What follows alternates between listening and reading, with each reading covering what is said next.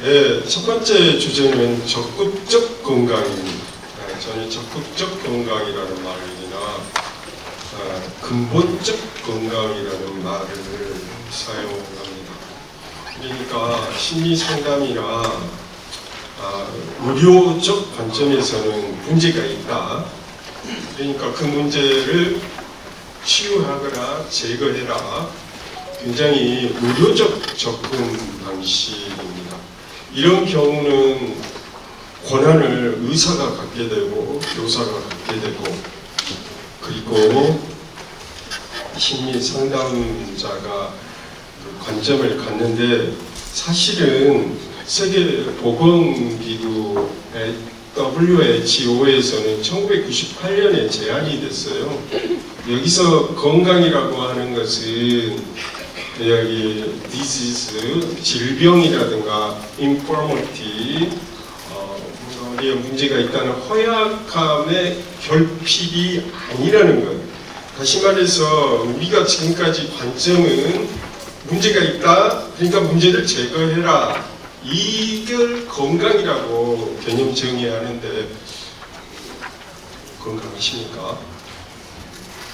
우리가 아프지 않는 걸 건강이라고 정의를 하는데 그게 건강이 아니라는 거고, 그것은 뭐뭐로부터 뭐뭐가 없다라고 하는 굉장히 소극적 건강이고, 제가 여기서 함께 말씀드리고자 싶은 것은 적극적 건강이에요.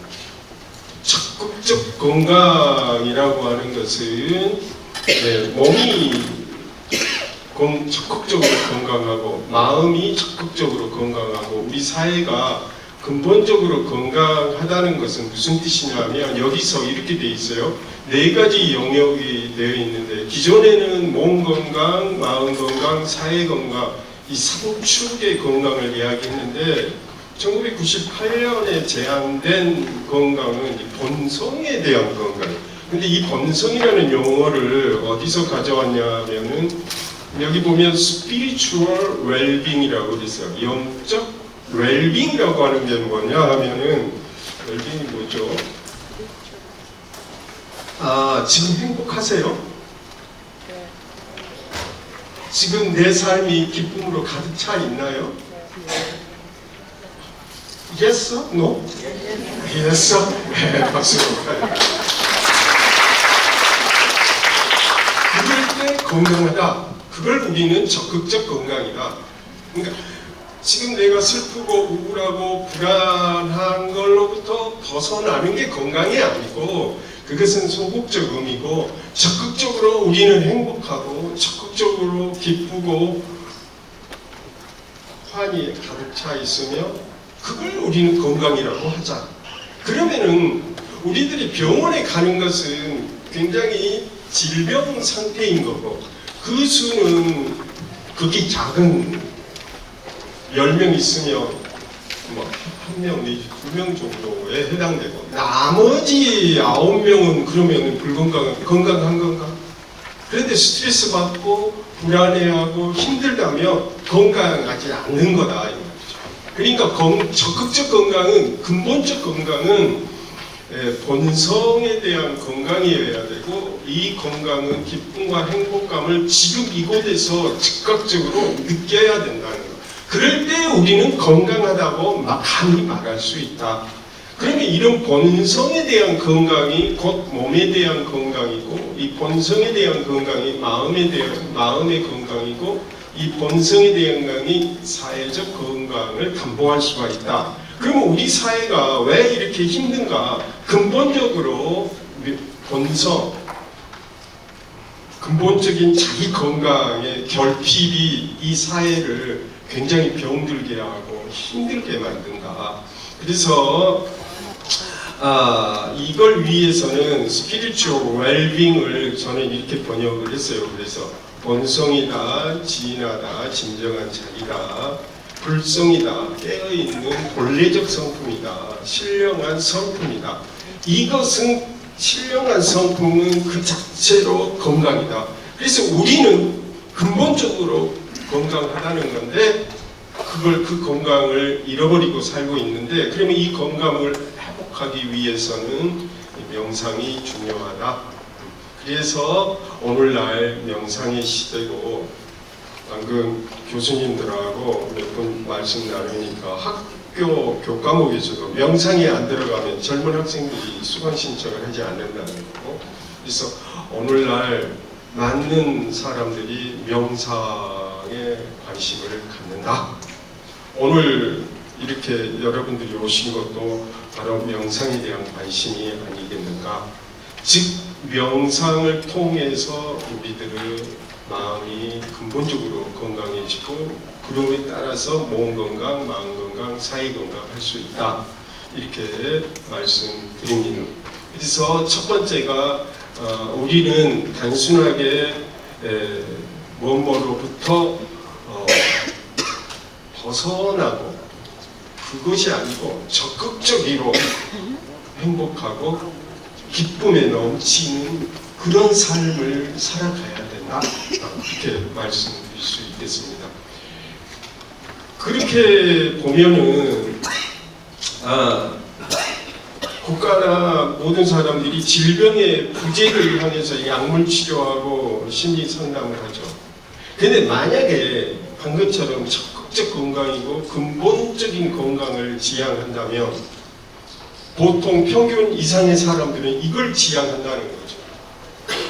모든 사람들이 이걸 지향하고, 이 인구는 훨씬 많다는 거고, 질병에 대한 부분은 일부일 수 있어요. 근데 질병에 대한 부분에 심리상담이나 약물치료에 이쪽이 더 많은 거죠. 그러면 근본적으로 우리가 적극적 건강이라고 하면 결국 이것은 종교적인 접근이 필요하다는 걸 말씀드리고 싶어요.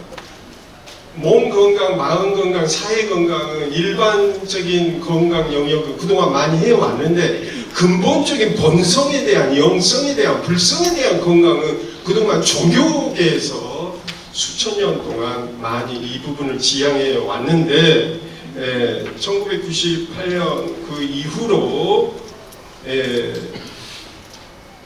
이런 spiritual well-being, spiritual health가 반드시 왜 종교 영역이냐, 이 영역은 심리 상담 영역으로 해야 될 것 같고, 미래의 심리 치료나 상담은 이 영역으로 진보해 가고 이 영역을 향해서 가야 된다. 이런 게 그 서양 메슬로우에 의해서 대표되는 서구의 심리학의 방향인 겁니다. 그런데 명상이 오늘날 근본적으로 대두하게 된 것은 제가 보기에는 이런 적극적 건강의 필요성 때문이고, 따라서 명상에 대한 적극적 건강을 적극적으로 추진하기 위해서는 전문가 양성과 프로그램 개발이 뒤따라야 된다는 거예요. 단순하게 이념적으로 정치적으로 지금 국가에서 국민 건강 사업을 벌리고 하지만 전문가 양성 부분이나 프로그램 개발에 있어서 이 부분에 심각한 곤란함과 어려움에 직면해 있는 것도 사실인 것 마찬가지인 것 같아요. 그래서 이 명상에 대한 전문가 양성과 전문가의 필요한 그 프로그램 개발이 아까 김상희님이 말씀한 것처럼 매우 중요한 현 시점에 놓여 있다고 할 수 있겠습니다. 그런데 그러려면 이제 우리 불교의 입장에서는 이제 여기 보시면 이 담마 체계를 과거의 스타일을 갖고는 안 되겠다. 이런 시기와 이런 그 현재 우리 역사적 시점에 봤을 때 과거의 그 체계 갖고는 안 된다. 새로운 시스템이 필요하다. 그럼 과거의 체계는 뭐냐? 테라부디즘, 남바불교는 마음, 물질, 마음, 현상, 열반 이렇게 네 가지로 분류 체계를 세워요. 이걸 우리는 담마 체계라고 부르거든요. 담마가 빨리 오는 달마가 언어여서 같은 말입니다. 그 다음에 대승불교는 마음, 물질, 이게 몸 건강이고, 마음 건강이고, 마음 현상에 대한 건강이에요. 감정은 마음 현상에 해당됩니다. 생각도 마음 현상입니다. 그래서 감정이나 생각, 또 갈망도 마음 현상에 해당됩니다. 원하는 게 건강해야 된다. 증오와 원한으로 가득 차 있으면 그건 건강한 게 아니다. 그 다음에 불상응행법과 불상응행은 마음과 마음 현상이 상응하지 아니한 논리적인 영역이고요. 무위법, 그래서 이렇게 대승불교는 5가지 영역을 넣습니다. 그런데 여기서 제가 명상불교라고 이름한 것은 현대 우리 불교를 초기 불교라고 해야 되나, 대승불교라고 해야 되나, 선불교라고 정의해야 되느냐? 제가 보기에는 우리 시대의 불교는 건강에 대한 이슈를 삼고 있기 때문에 이 부분은 명상불교라고 해야 돼요. 왜냐하면 명상이 주도하고 있고 모든 사회 기반이 명상을 시대적 내세로 가지고 있다. 이 부분은 기존 세대하고는 다르다. 그러니까 우리 시대 불교를 뭐라고 호칭해야 되냐? 그것은 명상불교라고 해야 되지 않냐. 그리고 이 명상불교는 그러면 기존의 남방불교나 대승불교 이거하고는 구분된다. 뭐가 구분이 되느냐? 여기서 저는 이 사회 영역을 넣어야 한다고. 이 남방불교나 대승불교는 사회 영역이 없어요. 가족이나 사회, 출가자 중심이다 보니까 이 사회에 대해서 굉장히 부정적 시각이 있어요. 그래서 이 부분을 미래 불교는 이 영역을 간마체계로 받아들여야 되겠다. 그 다음에 두 번째는 기존의 열반이나 무위법 갖고는 부족하다. 그래서 본성이라고 하는 이 새로운 이 영역을 근본적 우리의 성품은 성선설 이야기할 수 있는데 근본적 본성이 무엇이냐? 라고 했을 때 이 본성에 대한 자각 없이는 근본적 건강을 이룰 수가 없다. 그러니까 스피리추얼 웰빙 없이는 근본적으로 우리는 건강을 확보할 수 없다. 약을 먹어가지고 치료가 되는가요? 병원에 가서 약은 계속 늘어나요. 하나, 두 알, 10알. 그게 치료가 되는가요? 심리 상담하신 거 아까 김상현 교수님도 이야기했는데 여기저기 10년, 20년간 다녀요. 그러면 치료가 되는가요? 안 되는 이유는 제가 보기에는 이 근본적인 이 본성에 대한 자각에 결핍에서 오지 않느냐. 근본적인 자각이라고 하는 것은 결국 명상이 그 길을 제시해 주기 때문에 그래서 미래에 우리가 나아가야 할 방향은 명상을 통한 본성에 대한 깨달음, 그리고 몸 건강, 마음 건강, 사회 건강은 근본적인 이 본성에 대한 자각이 기본이 되어야 그래야 우리가 미래의 건강을 담보할 수 있고 그러면 전문가란 무엇이냐? 이 명상에 기반한 심리 상담사들이 가장 근본적인 지도자이고 앞으로 주도적으로 이 일을 해가야 할 세력이 아닌가 이렇게 생각을 합니다. 그러면 잠깐 역사적으로 살펴볼 때 그러면 현재 영상감법과 마음 치유했는데 이것은 역사적으로 보면 제4세대 심리치료라고 규정을 저는 합니다. 그러면 제1세대는 뭐냐? 1세대는 50년대 SR 심리학이에요. 자극이 있으니까 반응이 있다. 그래서 이 대표적인 것은 월피의 체계적 분간법이 있는 거고요. 그 다음에 이완 반응법들이 여기에 속하고 2세대가 70년대 인지행동치료입니다. 핵심적인 게 소크라테스 문답법이나 논박하기 생각이 문제다. 너의 생각이 문제야. 인지치료의 핵심은 우울한 이유는 뭐예요? 너의 생각이 잘못됐기 때문이다. 그러니까 너의 생각을 고쳐라.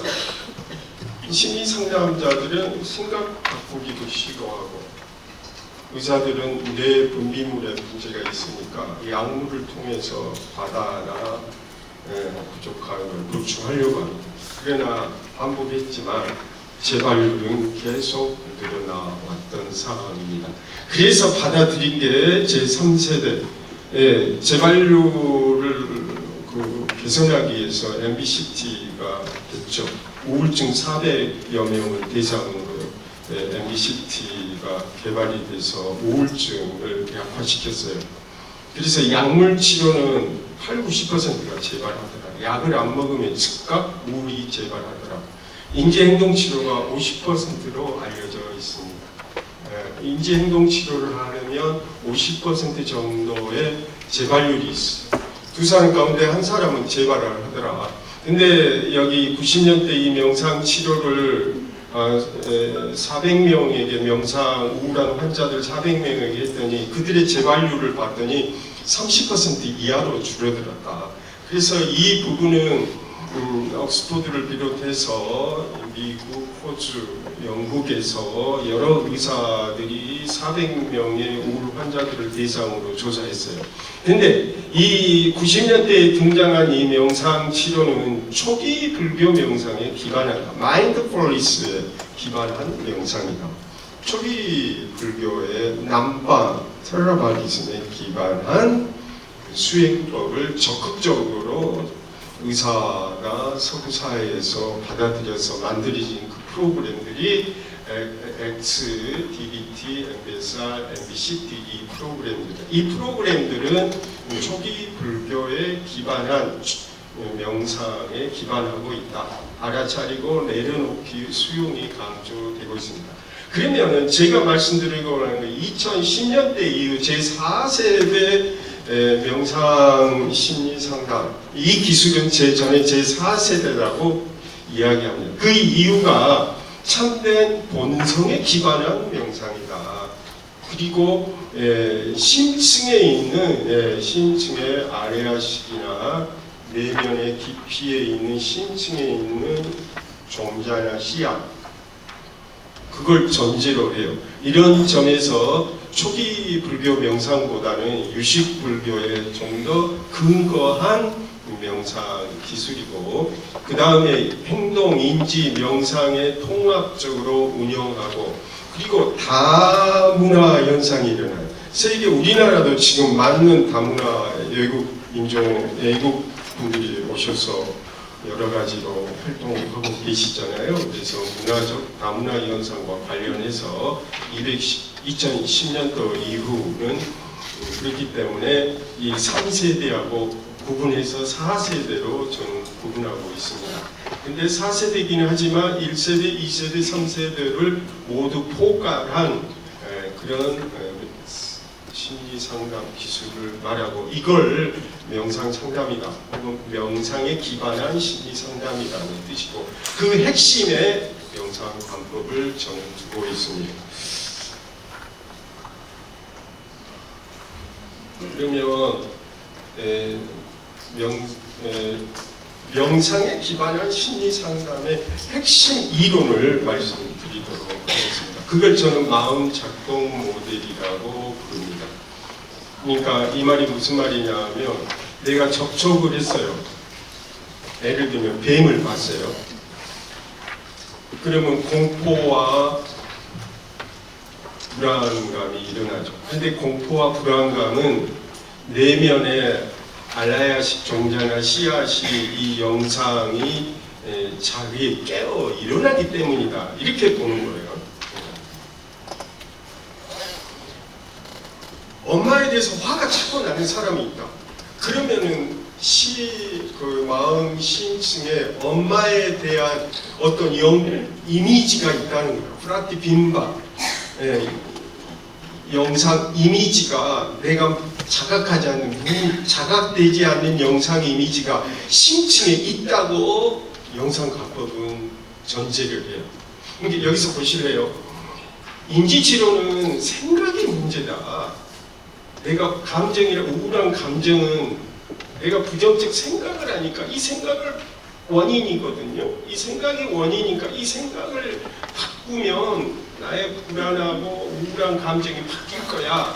이게 인지치료의 입장인 거고 행동주의는 과거에 그런 학습에 자극 반응에 의해서 학습됐기 때문에 그렇겠다고 하는데 저희 영상관법의 이론은 이 심층의 영상 이미지, 자각되지 않는 영상이 존재하고 즉 불안을 일으키는 영상이 내면에 있고 우를 만들어내는 내적 종자 씨앗이 있고 그것이 깨어 일어난다. 활성화되면서 감정과 생각과 갈망을 불러일으킨다.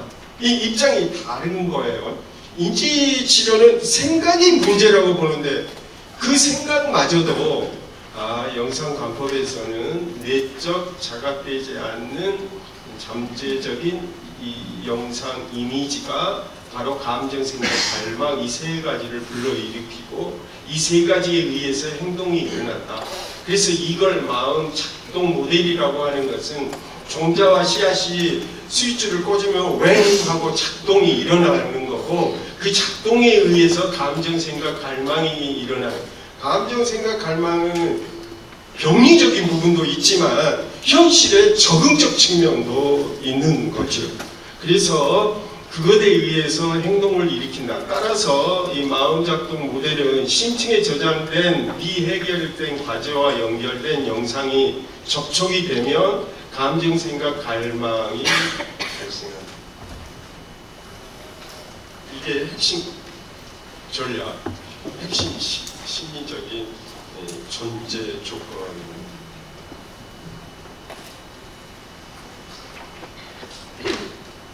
그러면 이걸 여기 보실래요?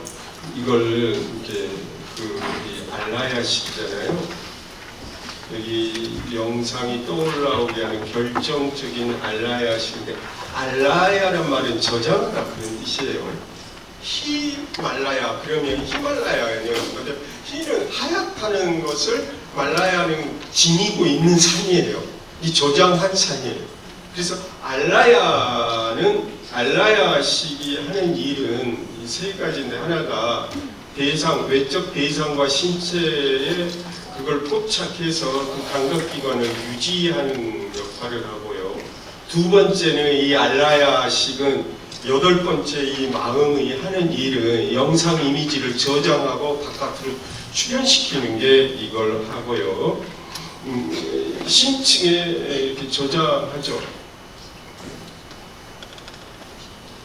시각적 이미지인데 이 시각적 이미지가 80~90%의 정보량을 차지하는데 그게 여기에 심층에 저장되어 있고 그 다음에 여기 접촉이 돼서 자기가 일어나면 그 다음에 감정 발생, 사고적인 언어적 분별, 신체 반응, 갈망이 도망갈 거냐 공격할 거냐 이 갈망이잖아요. 이게 신체 반응으로 함께 일어난다. 이게 알라야식의 기능이다. 그리고 이 근거는 스님은 어디서 가져온 거예요? 저는 해신밀경과 여기에 안 나와 있는데 육아사지론에서 가져온 내용이고 여러분들이 이 대목을 찾고 싶으면 이걸 저는 삼중 정보 처리 모델이라고 이름을 불렀어요. 처음에는 감정, 생각, 갈망을 마음의 세 쌍둥이라고 표명을 했고 정보 처리 입장에서는 삼중 세 가지의 정보 처리 모델이라고 불렀고 이걸 이 교재에서는 P46페이지에 있습니다. 그런데 여기에 뇌 사진을 하나 가져왔는데요. 뇌과학적으로 현대 뇌과학적으로 이걸 비교해 보자는 거예요. 현대 뇌과학적으로 이걸 설명을 해보면 너무나 유사해서 뇌과학에 가져왔어요. 이건 뇌 사진인데 잘 안 보일 수도 있어요. 근데 여기 노란색으로 원탁 모양이 돼 있잖아요. 이게 테라무스 시쌍이라고 그래요. 시쌍을 왜 시쌍이라고 했나? 그런데 그게 책상 모양이어서 시쌍으로 번역합니다. 선배들이 번역합니다. 테라무스인데 이 테라무스가 이 노란색이에요. 그러면 이 테라무스는 뇌 중앙에 위치하고 눈의 감각, 운동, 중추신경 모든 정보가 이쪽으로 모이는 곳이에요. 그래서 이 테라무스가 터미널 역할을 하는 거예요. 뇌과학 연구자들에 의하면 이 터미널 역할을 하고 프랭크포트 뭐라 하죠? 그런 역할을 해요. 그러면 여기 정보를 받아가지고 이게 세 군데로 하는데 첫 번째가 여기 해마하고 편도체, 림빅 시스템, 그 변형계라고 하는 대로 이쪽으로 가게 해주죠. 제 손을 볼래요? 제 왼손을 보며 엄지손가락을 손 안으로 넣어보실래요? 그러면 이 엄지손가락이 림빅 시스템 중뇌라고 하는 거예요. 크기가 가운데이니까 중뇌라고 하고, 이 손가락을 집어보실래요? 저처럼. 그럼 이 바깥에 주름이 맞는 이걸 뭐라고 그래요? 대뇌라고 그래요. 이게 대뇌요. 그리고 여기 팔뚝으로 해서 이쪽으로 옮겨주는 거, 여기 소뇌, 뭐라고요? 소뇌, 여기 버섯 모양으로 된 게 이게 소뇌죠. 그리고 여기 등뼈로 중추신경으로 연결돼서 온몸으로 퍼져나가는 거예요. 다시 손, 이게 대뇌예요. 그 다음에 가운데 있는 게 이게 엄지손가락이 중뇌, 그리고 요 아래쪽에 있는 게 팔뚝으로 옮겨, 이게 소뇌. 이게 대뇌, 중뇌, 소뇌, 대중소잖아요. 근데 이 중뇌가 감정의 뇌라고, 감정을 담당하고, 대뇌는요 생각을 담당하고, 소뇌 이쪽은요 생명의 본능을 감당해요. 다시 한번 볼래요. 그러니까 왜 감정, 생각, 갈망이냐? 감정은 감정의 뇌고요, 생각은 사고의 뇌입니다. 그리고 갈망은 소뇌라는 거예요. 그래서 왜 감정, 생각, 이게 세 쌍둥이냐면 뇌 구조가 그렇게 돼 있다는 거고, 여기 다시 보실래요? 뇌에서, 그러면 테라무스 여기서 모든 정보의 터미널이니까 여기를 거쳐서 뇌뇌에 전달되며 언어적 분별을 일으키고, 이것이 여기가 어미그달라. 제가 어미그달라고 뭐라고요? 엄마한테 뭘 달라고 그러세요. 근데 어미그달라는요, 감정을 엄마한테 지지해주고 엄마가 날 따뜻하게 해주기를 엄마한테 원하는 거예요. 근데 이게 감정의 뇌인 거예요. 그래서 어미그달라라고 그러고, 여기 히포캠퍼스인데 여기 보라색으로 된 긴 게 히포캠퍼스인데, 그래서 좋아요. 어쨌든 간에 이 터미널에서 하나는 대뇌로 가면 생각을 불러일으킬 거고, 한 정보는 감정의 뇌 어미그달라에 전달되면 정서가 공포.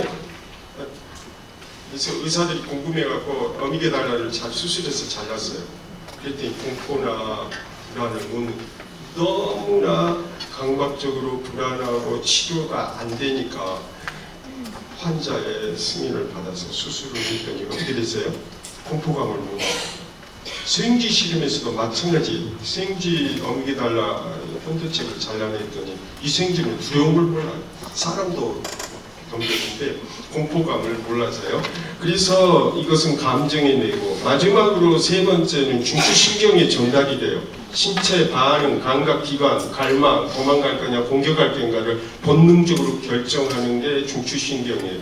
그래서 여기 보시면, 근데 이 세 가지 기능은 그대로 알라야식, 회심밀검과 육아사지론에 나오는 거하고 현대의학계 뇌과학이 밝힌 거하고 제가 과학자를 대조해봤더니 유사하더라.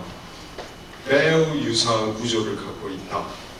그래서 이걸 제가 말씀드리는 거고요. 잠깐만요.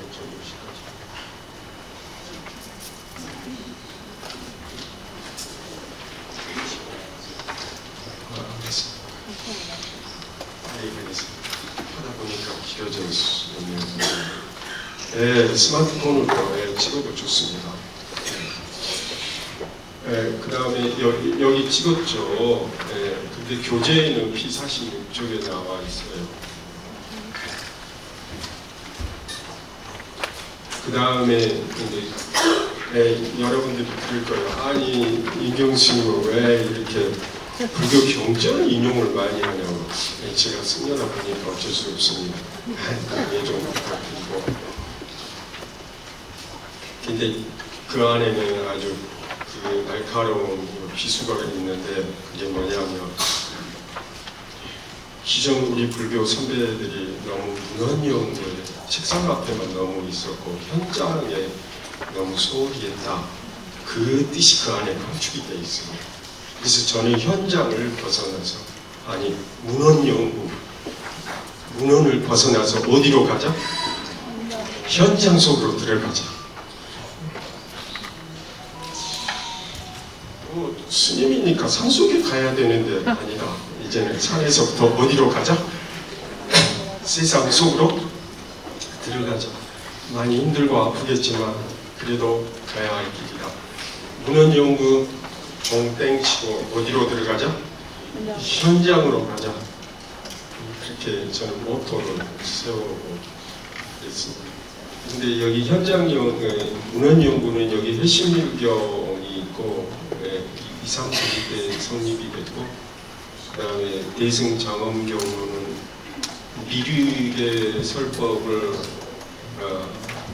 가상가가 받아 적었다고 그래요. 그래서 이게 4세기경이고 그 다음에 담마빠라 530년에 태어나서 561년에 입적했어요. 이 사람 정말 천재입니다. 짧은 30년간 살았어요. 근데 그 30년간 살고 성유식론이라고 하는 이 책을 남겼어요. 그리고 이 성유식론을 저는 출가해갖고 유런에서 우리 유런 도반들하고 스터디를 그 유런에서 2년 했어요. 제가 30대에 그때 스터디를 했어요. 그런데 이 사람은 여기 530년에 태어나서 560년에 죽었으니까 젊은 30년간을 살았어요. 그런데 이 책이 성유식론이 제가 30대 때 담마빠라 저 역시 30대 때 이 책을 읽었는데 엄청 힘들고 어려웠던 기억이 납니다. 그러면 고통이란 뭐냐? 아론 베의 입장과 비슷해요. 언어적 분별 그리고 실제론적 경향 때문에 고통이 발생합니다. 그 다음에 여기 대승장엄경론에 의하면 여기 이 언어 분별과 경험 내용은 전부 80에 저장이 된다. 종자와 습기로서 저장이 된다는 걸 이야기하고 있습니다. 근데 거기에는 유각, 무각 두 종류의 영상이 내가 자각하고 깨닫는 내가 인식한 영상하고 내가 미처 깨닫지 못한 영상이 있다. 그럼 영상관법은 내가 미처 깨닫지 못한 영상을 떠올려서 의식의 표면으로 떠올려서 관찰해서 내가 충분히 느끼고 그걸 충분히 자각하자. 이게 영상관법이잖아요. 하림 스님도 어머니에 대해서 충분하게 느끼고 충분하게 깨닫지 못한 게 내 안에 잠재되어 있더라. 이게 우리를 불안하게 만들고 이게 우리를 분노하게 하니까 이걸 충분하게 의식의 표면에 떠올려서 자각을 하자. 그러면 거기서부터 벗어난다. 이 이론인데 이것에 대한 것을 이렇게 하고 있어요. 습기라고 그래요. 바사나라고 그래요. 습기라는 말은 종을 땡치니까 파브로프가 침을 흘렸잖아요. 그게 습기입니다. 그래서 반복적인 학습에 의해서 습은 습이잖아요. 그래서 반복적 학습에 의해서 파브로프 개 아니 다른 개들은 종소리에 침을 안 흘리잖아요. 파브로프 개는 학습이 돼서 침을 흘리잖아요. 그러니까 우리도 엄마에 대한 경험을 내가 학습이 되어 있고 그걸 제8식에서 저장되고 있고 그게 자극을 받으면 마찬가지로 그러면 뭐가 되냐 이걸 광이라고 표시했어요. 광이라고. 그래서 뿌라티 빈바, 뿌라티 바샤처럼 뿌라티 뭐뭐에 대해서 바샤 바깥으로 드러나는 거예요. 근데 이거 빛광으로 바깥으로 드러나니까 광으로 썼어요. 그래서 무각 자각이 안 된 영상을 자각하는데 이 무각과 유각은 서로가 원인이 된다. 유각은 무각의 원인이 되고 유각은 이렇게 된다. 그래서 그러면은 이 누구예요? 성유식론에서는 이런 것들이 왜 유지 요인 촉발이 되는데 왜 그게 재발되냐? 지금 현대 심리 치료에서 핵심이 재발률을 낮추는 거예요. 왜 반복되냐? 약물 아무리 해도 왜 고쳐지지 않느냐? 그리고 왜 우리는 적극적 건강을 향해 못 가느냐? 그 이유는 자아와 세계에 대한 이 동일시 때문이라고 그렇게 이야기해요. 그래서 의식이 물들어진 의식이 있고 이 의식이 정변 하나는 나라는 걸로 정변되고 변화가 되고 또 하나는 대상을 향해서 나아간다. 이게 성유식론에서 이렇게 이야기하고 있어요. 나한테 의식이 있는데 엄마는 바깥 대상이 되는 거고 엄마에 대한 나의 인식은 주관적인 나가 되는 거예요. 나와 세상이 이렇게 영속화한다. 그래서 고통의 영속화된다 이런 뜻이에요. 그런데 이걸 제가 쭉 보면서 해신일경, 대승자언경론, 성유식론을 쭉 보면서 이것들은 이 세 가지는 따로따로 이해할 게 아니라 순환적으로 이해해야겠다. 그래서 언어적 분별이 있고 그걸로 언어 정자 습기로 저장이 되고 저장된 것은 다시 자아와 세계로 투사죠? 동의시라고 했는데 투사돼서 이것이 나다라고 동의시하고 그것에 근거해서 다시 언어 분별을 일으키기 때문에 이 세계를 따로따로 이해하지 말고 하나의 시스템으로 이해하면 좋겠다라고 해서 저는 이걸 순환 모델이다 이렇게 불렀어요. 그래서 여기 시간이 많지 않지만 해보면 그래서 결론은 그것 나와 세계가 존재한다는 실제론을 1학년으로 보고 근데 나와 세계는 인연화합이니까 그것은 부자성이다 존재하지 않는다. 근데 유식론에서는 그것 다만 개념일 거고 실제는 존재하지 않는다. 네. 그러나 1학년, 2학년, 3학년 다 좋다. 그러나 이 선불교에서는 내 마음이 근본적인 건강, 근본적인 청정함, 적극적인 행복감을 느끼지 못한다면 1학년, 2학년, 3학년 이렇게 배워서 무슨 소용이 있느냐? 근본적인 우리의 불성, 영성, 본성을 자각해야 된다라는 그런 입장이에요. 그러면 이제 저의 비판은 그렇습니다. 그동안 우리 학계는 또 우리 교육은 실제론이 있고 그걸 중간론에 의해서 비판하고 중간론에 대해서 유식론이 비판한다고 이 수직적 커리큘럼, 우열관계로 파악했는데 꼭 그럴 필요가 없이 순환적인 커리큘럼, 통합 모델로 순환적 커리큘럼으로 교육 과정을 재구성하자. 그래서 제가 말씀드리는 것은 그겁니다. 여기 다시 돌아가서 미안한데요. 그래서 명상불교는 사회나 본성에 대해서 다시 재도입을 해야 되겠고 기존 커리큘럼을 수직적 커리큘럼에서 순환적 커리큘럼으로 변경이 요구된다 이런 이야기를 했고 그 다음에 이제 저기 시계 봤죠? 30분. 아이고 감사합니다. 그 다음에 이제부터는 그럼 구체적으로 영상방법 진행 절차가 어떻게 하느냐 이거 말씀. 영상을 좋아요. 묵학 내가 자라지 엄마에 대한 아버지에 대한 내가 미처 자라지 못한 것을 영상으로 또 올리면 그러면 여기 보실래요? 생각에 집착하는데 명상을 하고 앉아있으면 온갖 생각이 일어나. 왜 나한테 그렇게 생각이 많은지 몰랐어요. 생각이 끊임없이 일어나는데 이것은 제8식 아레아식에 저장된 정보가 바깥으로 계속 이렇게 떠올라오는 거예요. 그래서 이런 마음을 집착하는 마음, 한문으로는 경계 소집성이라고 그래요.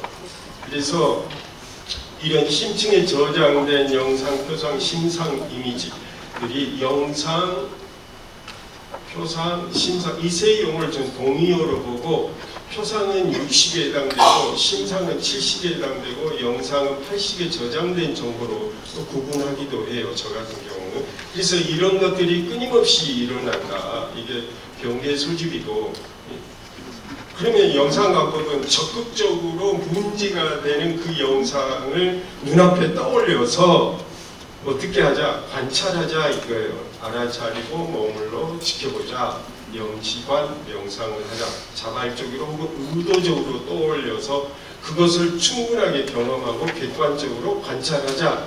이게 핵심입니다. 그래서 여기 그림에 보시면 생각들이 일어났을 때 명상 수행을 해서 관찰하자, watching mind, 그래서 WM이라고 표현했고요. 여기 생각에 대한 집착을 obsessive mind, 그래서 OM으로 표시했습니다.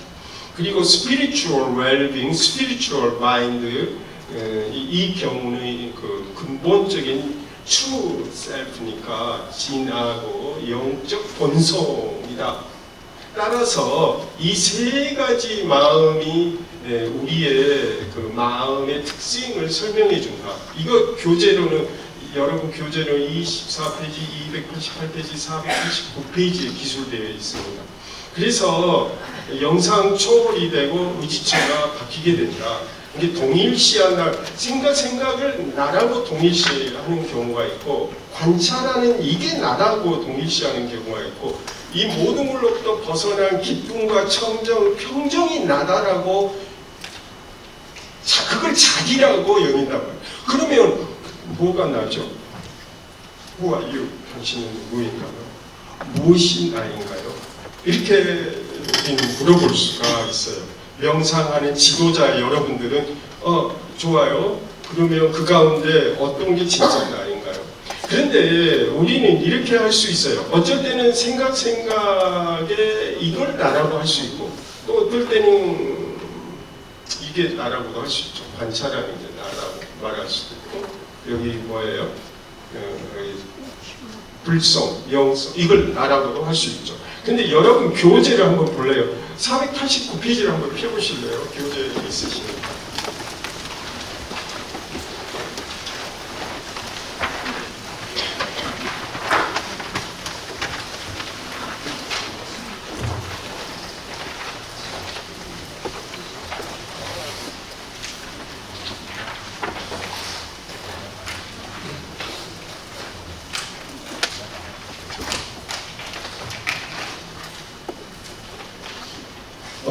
거기 487페이지네요.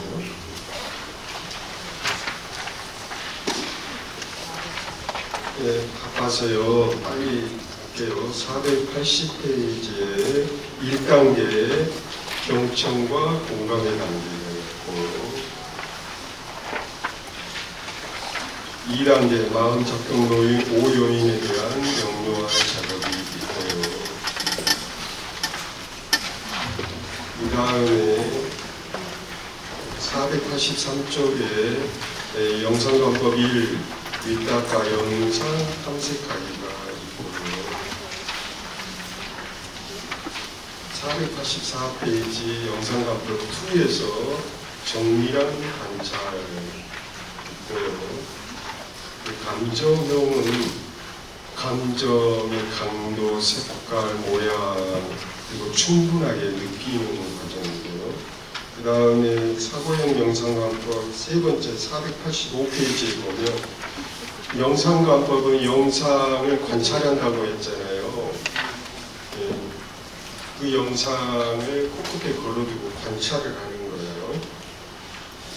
그래서 그 다음에 쭉 넘기고 그 다음에 4단계 487페이지에 보면 그 그림이 나오는데 처음, 중간, 끝인데 영상관법 끝내고 우리는 영상을 처음 했을 때 그림, 중간에 그림한다, 세 번째 마지막 그림 이렇게 세 장을 그리게 할 수도 있고 사전 사후 검사처럼 사전 영상 그림하고 끝날 때 그림을 할 수 있고 이 그림을 가지고 이걸로 이제 그 영상관법 진행에 대해서 점검합니다.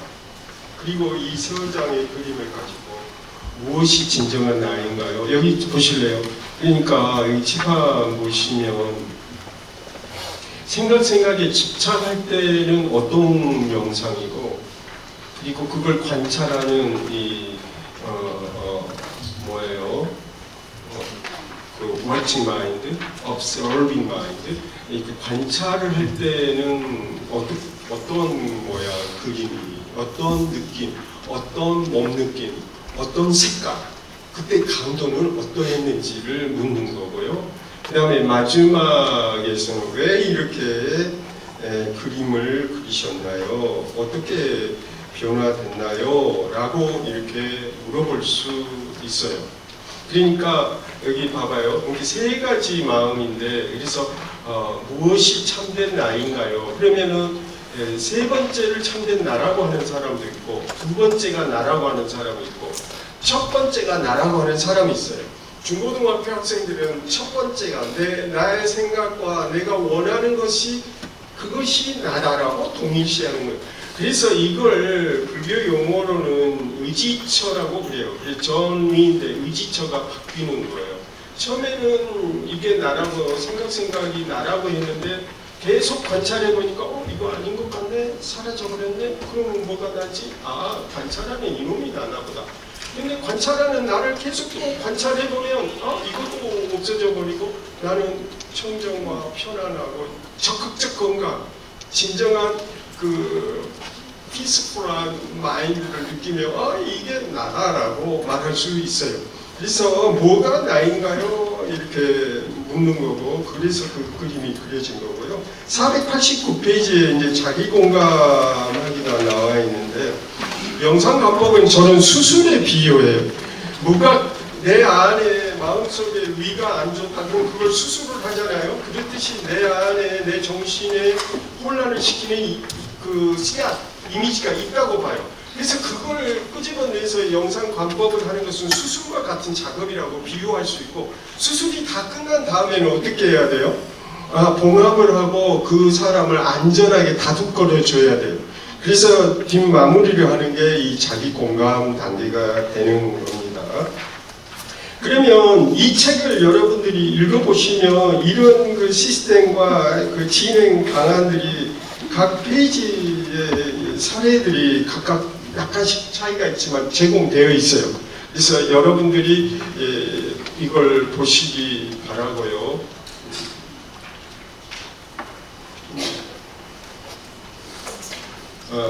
그래서 여기 보시면 영상관법은 이렇게 4단계로 명상상담 4단계인데 경청 공감하게 돼요. 그 고통을 경청 공감하고 집 명료화 작업인데 마음 작동 모델에 의해서 명료화 작업을 하고 멸, 아까 하림 스님이 그 엄마 하림 스님 이야기 너무 많이 했으면 근데 아까 주축사 하실 때 엄마 이야기를 하시더라고. 이야기해도 되는 거죠. 허가를 안 받고 하면 안 되니까. 근데 하림 스님은 어린 시절에 제가 알아요. 어린 시절을 어떻게 보냈는지. 그래서 엄마에 대한 아픔이 있는 거죠. 그럼 그 엄마의 기억을 이야기를 하게 하고, 두 번째 단계에서는 그때 감정생각 갈망, 삼중 정보 처리 모델, 혹은 쌍둥이, 새 쌍둥이, 혹은 되네, 죽네, 손해, 이 세 타입에 대해서 물어보는 거예요. 이 명료화 작업에 뭐가 원인인지. 그리고 네 번째, 그때 당시에 엄마를 떠올려서 느끼죠. 그러면 엄마를 떠올리면 그때 가슴이 어떻게 반응하고, 그 가슴의 반응은 무슨 색깔이고, 그 가슴은 어떤 색깔이며 어떤 모양인지, 그리고 그것이 어떻게 사라져 가는지를 쭉 지켜보게 하는 게 영상관법이에요. 그렇게 다 한 다음에는 뭐예요? 그러면 이제 문제 해결 단계예요. 그래서 이거 네 번째. 그럼 그때 문제가 뭐죠? 앞으로 어떻게 하실래요? 이렇게 두 가지 질문을 해서 문제 해결 단계를 하는 거예요. 그래서 이 영상관법은 뇌 구조가 사고의 뇌, 감정의 뇌, 본능의 뇌 이렇게 세 가지가 있듯이 영상관법도 이렇게 감정형, 사고형, 의지형 이렇게 세 가지의 가장 표준적 모델을 이 책에서 제공하고 있는데 1번 감정형이 P85페이지 보시면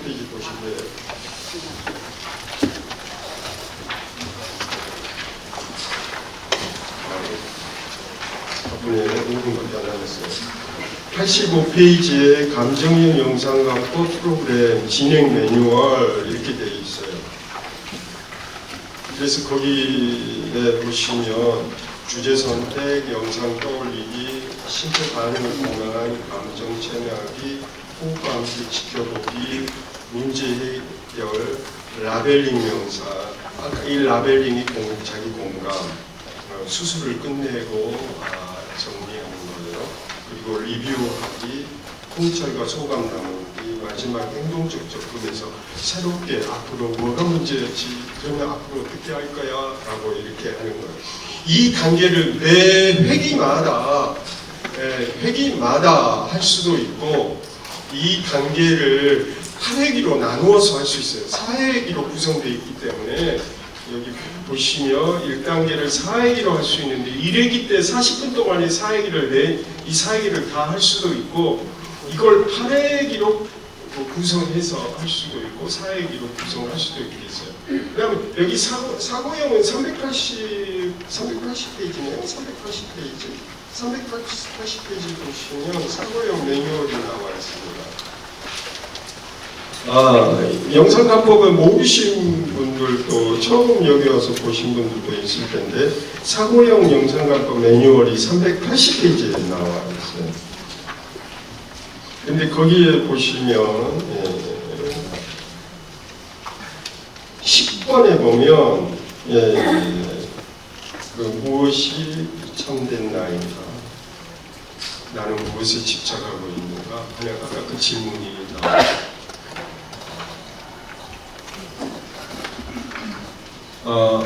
그렇고요. 여기 보시면 영상 이미지인데, 우리 불교학계는 유상 영상학파하고 무상 영상학파가 있어요. 영상이라고 하는 것은 진실이고 현실을 반영합니다. 내 안에 엄마에 대한 이미지가 있는데 그것은 진실한 거다. 왜냐하면 현실을 반영하니까. 나는 엄마 때문에 우울하고 불안해하고 분노를 일으키는데, 그럼 이건 가짜일까요? 진짜일까요? 두 타입이 있다. 하나는 그건 가짜야. 그건 희망불멸해. 그래서 무상 영상학파. 니르 아까라 바딘은 논이라는 뜻이고요. 아까라가 형상, 이미지 이런 뜻이에요. 심상으로 저는 번역하는데, 니르아가 있으니까 부정을 뜻해요. 그래서 그 영상은 허망분별한 거야. 너 엄마 그거 허망분별이야. 그것을 관찰하는 그 지혜의 비난이 진정한 거야. 이게 옳은 것 같아요. 아니면 여기 첫 번째, 아니야, 너 안에 있는 그 엄마의 영상은 진실한 거야, 진짜야. 그래서 너의 엄마의 현실, 너와 엄마하고 현실을 그대로 반영해줘. 그러니까 그 영상은 진실한 거니까 그대로 인정하고 받아들여. 그리고 그걸 지켜봐. 이렇게 하는 건데, 여기 칠판 여기 보시면 여기 거울이에요. 거울의 비유인데요. 거울에 비춰진 영상에, 이 거울은 마음을 뜻해요. 마음의 영상이 나타나요. 그럼 이 영상은 현실을 반영합니다.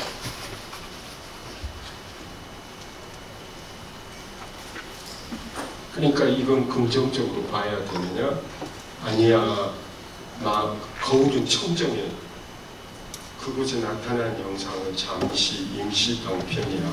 그것은 진짜가 아니야. 어느 게 옳은 것 같아요? 둘 다 옳아요. 제 입장은 둘 다 옳다입니다. 영상감법 입장에서는 그건 진실이야, 너의 현실이야.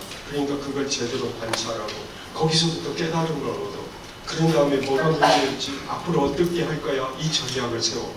이게 현실 긍정인 거고, 그 다음에 그래야 여기 봐봐요. 너의 본성을 찾아가. 너의 본성은 깨달음이야. 이걸 찾아갈 때 너의 몸과 마음과 너의 가족과 너의 친구들은 다 건강하고 너로 인해서 긍정적 영향을 받을 거야.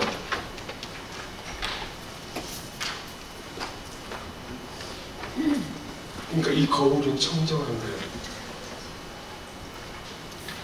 이 친구가 널 비난했지, 너의 동료들이 너에 대해서 뭐라고 했지, 그 그건 다만 그때뿐이야. 영상인 거야. 너의 본질은 깨달음이야. 너는 그것에 의지해. 그러니까 주변 변화나 환경 변화에 너무 민감하지 않아도 돼. 너가 약을 먹는 건 너무 민감하기 때문이야. 너의 본성을 유지해. 그것이 있으면 너는 약을 먹지 않아도 돼. 이렇게 말하는. 그렇기 때문에 여기 보시면 영상을 긍정하는 것은 영상은 진실이다라고 주장하는 학과. 여기는 무서운 진나 오퍼 이런 사람들의 주장이고, 아니야, 영상은 험한 분별이야. 그러니까 이 사람은 세친, 아내, 진제 이런 쪽 사람들이에요. 제 입장은 영상을 진실한 걸로 일단 봐요. 그리고 그것이 그 영상이 사실은 허망한 거고 분별인 것은 고객, 내담자의 깨달음이 일어난 이후의 문제다.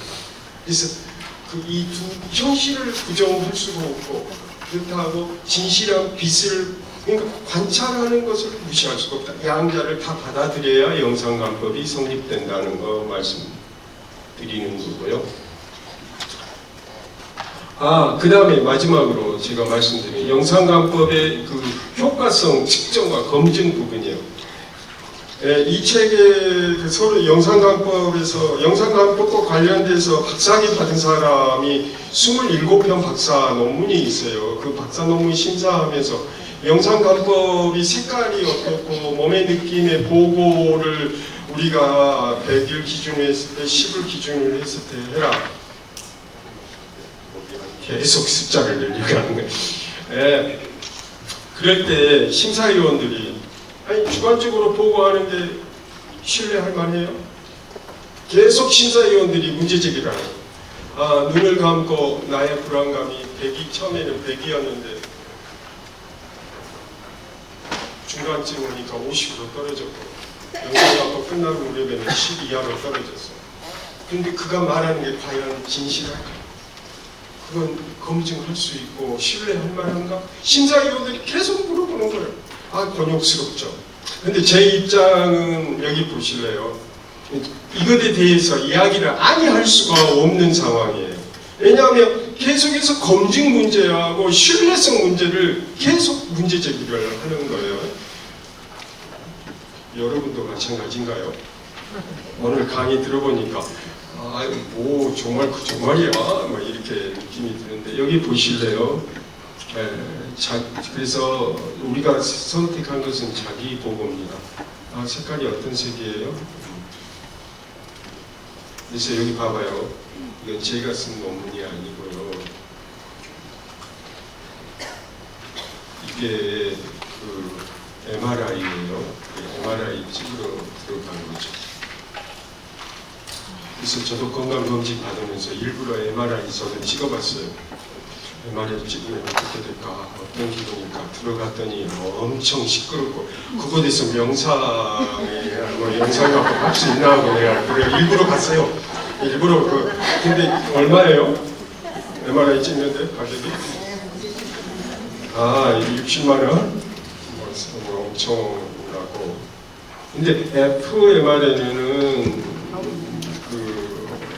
기능적 MRI인데 거짓말하면 거짓말 흉지기를 대신해서 법원에서 미국에서는 이 fMRI를 인정해주고 있어요.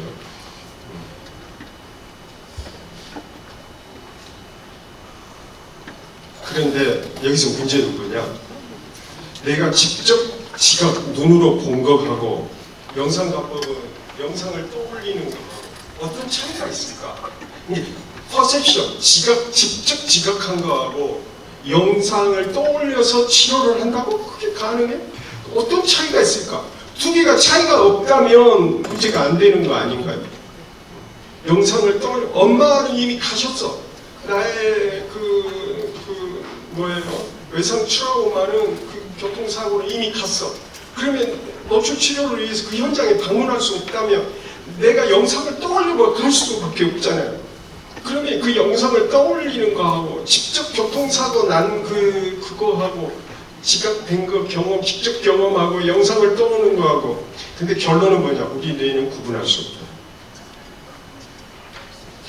그건 영상가법을 위한 논리 아닌가요? 이렇게 이야기할 수 있는데 그걸 이 양자의 갈등 때문에 심리학자들이 실험을 했어요. 이렇게 MRI에 이렇게 집어넣고 그들의 그 생생한 보고를 했어요. 여기 보실래요? 예, 이게 그래프예요. 그 파티스펀트 8명 이렇게 했어요.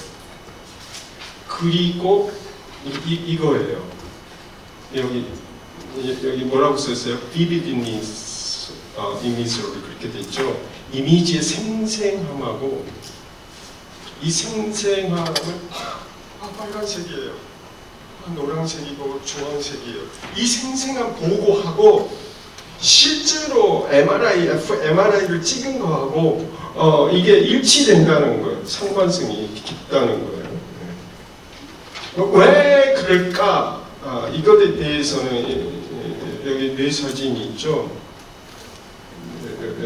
이게 뇌사진인데 여기 오른쪽 눈, 왼쪽 눈으로 시신경의 망막의 이미지가 맺히는 거예요.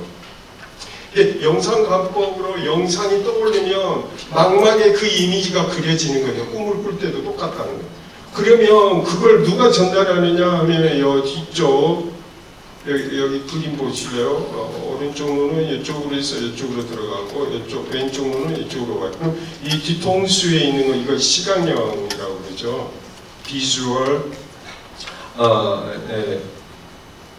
비주얼 컬텍스라고 써졌죠. 여기 비주얼 컬텍스 시각령 17번과 뇌 18번 뇌 영역을 번호로 붙였어요. 17, 18번이에요. 그러니까 실제로 우리가 두 눈으로 보고 할 때 그 뇌의 그 정보 처리하는 그 코스하고 눈을 감고 영상을 떠올렸어야 할 때하고 동일한 코스로 들어간다. 정보가 동일한 코스를 사용하고 동일한 영역을 하고 있다. 그러면 여기 보실래요? 뇌 사진에서 여기 빨갛게 흥분되어 있는 건데 이게 그 혈액 속에 있는 산소 분포 포화도인데 그게 사진으로 이렇게 빨간색으로 흥분된 상태로 찍혀지는 거예요. 그러니까 결론은 이거예요. 영상관법을 해서 빨갛다, 노랗다, 강도가 80이다, 90이다 그렇게 자기 보고하는 거하고 MRI 찍은 거하고 일치된다는 거, 다르지 않다. 그러니까 이거 믿을만해요. 개인 보고 어떻다? 믿을 수가 있다. 체크리스트라고 하는 것도 다 개인 보고죠, 사실. 그래서 믿을 수가 있다. 검증할 수가 있다. 이걸 말씀드리려고 제가 복잡하게 이야기했고요. 그래서 자기 보고용 이렇게 채택하고 있다. 생생한 그리고 셀프 영상관법 김상인 교수님이 혼자서도 한다. 명상하면 재발률이 낮은 이유는 그 명상을 환자가 스스로 해간다. 약물 치료는 계속 약물에 중독돼서 거기에 의존하게 만든다. 그리고 그 정신은 피폐화된다. 명상관법은 자기가 자기를 보고하기 때문에 통찰력과 알아차림 능력, 소통 능력을 강화시켜주는 점에서 재발률을 현저하게 떨어지는 그런 점이 있다. 강도, 색깔, 모양, 크기를 보고하는 것은 대단한 능력인 것이다. 말씀드리고 그리고 그림을 효과성을 검증하기 위해서 타인에게 보여줘야 되니까 사전사후 그림으로 보여준다. 여기 보실래요? 이게 그림이에요. 마지막 세 번째 그림은 남편과 아내가 싸우고 있는 거예요. 그림을 그리라고 그랬더니 남편이 문 열고 들어와서 아내 TV 보고 있는데 설거지 안 돼 있다고 난리를 치니까 남편의 이 모습을 영상관법하고 그 모습을 그린 거고 아내도 어때요? 막 화가 나서 아주 막 에너지를 막 쏟아내고 있는 그림이에요. 근데 이것을 있는 그대로 관찰하게 하니까 여기 남편 얼굴이 좀 바뀌었죠. 그러면서 아내도 바뀌었고 마지막 세 번째 영상간법 끝날 무렵에 남편이 얼굴이 어떻게 됐어요?